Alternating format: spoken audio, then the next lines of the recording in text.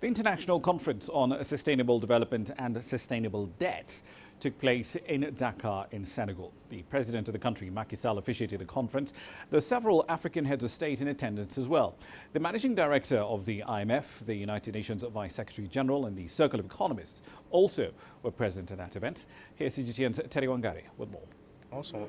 This year's conference was attended by 6 African heads of state as well as ministers and representatives of international institutions from all over the world.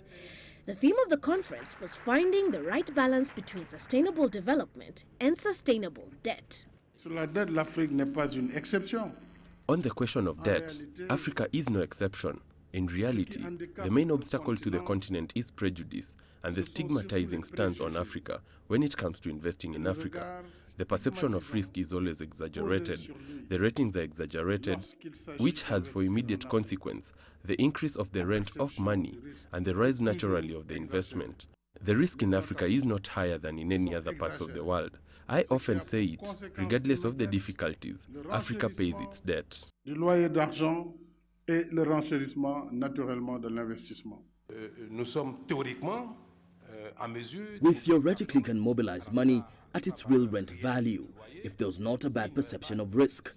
Today, I have unfortunately noticed in recent years that the IMF refuses to examine and assess the quality of the debt, which is to say that the quality of the investment that the debt wants to finance. We can make an investment that is profitable and that can generate wealth and income over the long term.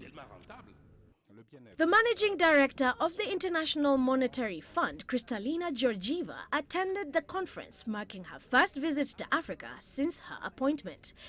Georgieva emphasized the need to develop concrete and realistic proposals in making priority investments in Africa while containing the debt at a sustainable level.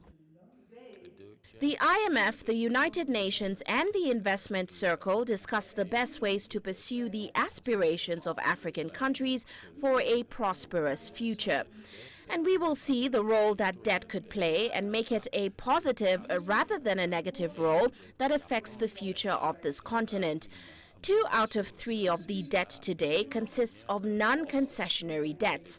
So that means the cost of these debts, even with very low interest rates, is quite high.